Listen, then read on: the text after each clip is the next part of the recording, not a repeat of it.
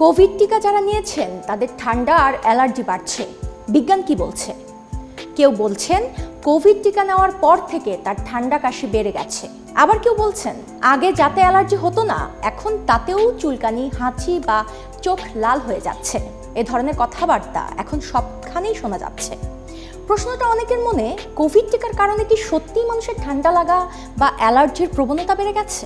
Social media বা চায়ের দোকানের আড্ডায় টিকা নিয়ে নানান ভুল ধারণা ছড়াচ্ছে। তাই খোঁজ নেওয়া জরুরি, বিজ্ঞান এই দাবির পক্ষে নাকি বিপক্ষে কি বলছে।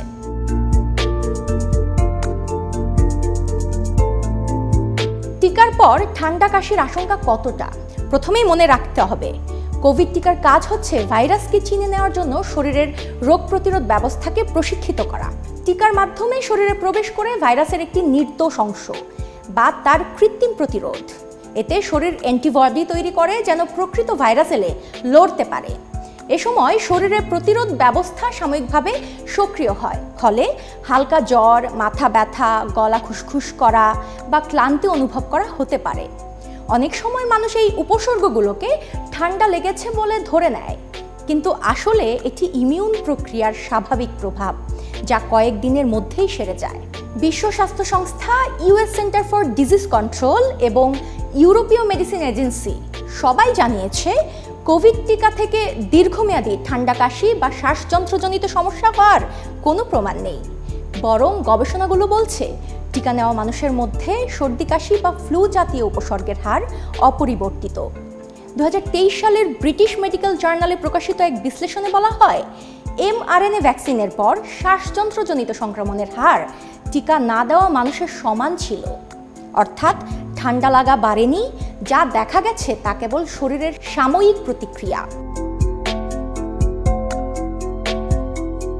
mRNA হলো মেসেঞ্জার রিবোনিউক্লিক অ্যাসিড, যা আসলে জীববিজ্ঞানের ভাষায় বার্তাবাহক অণু। এর কাজ হলো জিনের ভেতরের নির্দেশনা ডিএনএ থেকে আসা তথ্য কোষের কারখানায় নিয়ে যাওয়া, যেন শরীর প্রোটিন তৈরি করতে পারে। কোভিডের mRNA ভ্যাকসিন যেমন ফাইজার, বায়োটেক, মডার্না শরীরের ভাইরাসের পুরো অংশ ঢোকায় না, বরং শুধুমাত্র স্পাইক প্রোটিন তৈরির নির্দেশনা দেয়। তাহলে কেন অনেকেই মনে করছেন ঠান্ডার সমস্যা বেড়েছে? বিশ্ব স্বাস্থ্য সংস্থাগুলো মানুষের স্বাস্থ্য নিয়ে কাজ করা কয়েকটি প্রতিষ্ঠানের, যেমন WHO vaccine safety module 2023, nature Reeve immunology 2021, the Lancet planetary health 2022 গবেষণা রিপোর্ট বলছে এর পেছনে আছে কয়েকটি মানসিক ও সামাজিক কারণ। মনস্তাত্ত্বিক সংযোগ। মহামারীর সময় টিকা নেয়ার পর হালকা অসুস্থতা হলে মানুষ এটিকে টিকার দোষ হিসেবে মনে রাখতে শুরু করে। গবেষকরা একে বলে ক্যাজুয়াল অ্যাট্রিবিউশন বায়াস, অর্থাৎ যেহেতু ঘটনা কাছাকাছি সময়ে ঘটেছে, মানুষ ধরে নেয় টিকাই কারণ। 2, পরিবেশগত পরিবর্তন।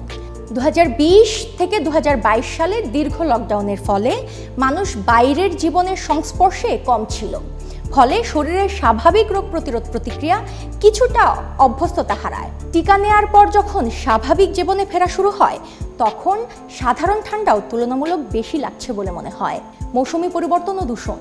শীতকালে ধুলোবালি, ধোঁয়া, ঘরের ভেতরের আবদ্ধ বাতাস শ্বাসযন্ত্রে প্রভাব ফেলে।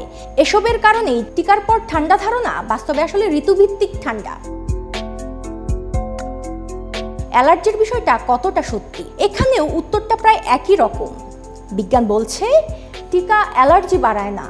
হ্যাঁ, কিছু মানুষের ক্ষেত্রে টিকার উপাদানের প্রতি তাৎক্ষণিক অ্যালার্জিক প্রতিক্রিয়া দেখা দিতে পারে, কিন্তু এই হার প্রতি 10 লাখে একজনেরও কম। ইউএস সেন্টার ফর ডিজিজ কন্ট্রোলের 2024 সালের তথ্য অনুযায়ী mRNA টিকার কারণে গুরুতর অ্যালার্জি দেখা গেছে মাত্র 0.002% ক্ষেত্রে, এবং তাৎক্ষণিক চিকিৎসায় সবাই সেরে উঠেছে। অন্যদিকে টিকা নেওয়ার মাস বা বছর পর নতুন করে খাদ্য, ধুলা, পরাগ বা ঔষধে অ্যালার্জি শুরু হওয়ার সঙ্গে টিকার বৈজ্ঞানিক সম্পর্ক প্রমাণিত হয়নি। আমেরিকার ন্যাশনাল ইনস্টিটিউট অফ হেলথ এবং ইউরোপীয় ইমিউনোলজি সোসাইটির গবেষণায় বলা হয়েছে টিকার কারণে দীর্ঘমেয়াদে আইজিই বা অ্যালার্জি সম্পর্কিত ইমিউন প্রতিক্রিয়ায় কোনো অস্বাভাবিকতা পাওয়া যায়নি। ইমিউন সিস্টেম দুর্বল হয়ে গেছে, কথাটা কি সত্যি? সোশ্যাল মিডিয়ায় অনেকের দাবি। টিকা নেয়ার পর রোগ প্রতিরোধ ক্ষমতা দুর্বল হয়ে গেছে, কেউ কেউ বলেন VAIDS বা ভ্যাকসিন ইনডিউসড এইডস হয়েছে। কিন্তু এসব দাবি বৈজ্ঞানিকভাবে ভুল ও বিভ্রান্তিকর। WHO, CDC ও ইউরোপীয় মেডিকেল রেগুলেটররা বারবার জানিয়েছে কোভিড টিকা শরীরের ইমিউন সিস্টেমকে স্থায়ীভাবে দুর্বল করে না, বরং টিকা নেওয়ার মানুষের মধ্যে অন্যান্য ভাইরাস বা ব্যাকটেরিয়াল সংক্রমণ প্রতিরোধের ক্ষমতা অপরিবর্তিত থাকে। কিছু গবেষণায় দেখা গেছে টিকার পর IgG4 নামের এক ধরনের অ্যান্টিবডি বাড়ে, যা ভাইরাস চিনে রাখার প্রতিক্রিয়াকে আরও দীর্ঘস্থায়ী করে। কিছু মহলে একে ইমিউন সাপ্রেশন বলে ভুল বোঝা হয়েছে, কিন্তু বাস্তবে এটি একটি স্বাভাবিক ইমিউন অ্যাডাপ্টেশন প্রক্রিয়া, যা রোগ প্রতিরোধ ব্যবস্থার বুদ্ধিদীপ্ত সমন্বয়। তাহলে উপসংহার কি?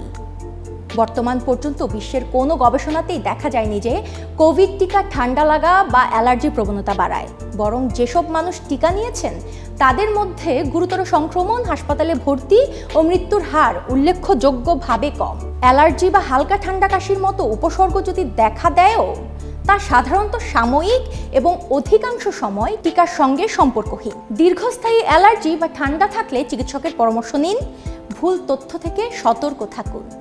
সোশ্যাল মিডিয়ায় ছড়ানো বিভ্রান্তিকর পোস্ট অনেক সময় জনস্বাস্থ্যকে ক্ষতিগ্রস্ত করে। বিশ্বস্ত সূত্র যেমন WHO, CDC, DGH এর মতো বিজ্ঞানসম্মত মাধ্যম থেকে তথ্য সংগ্রহ করুন।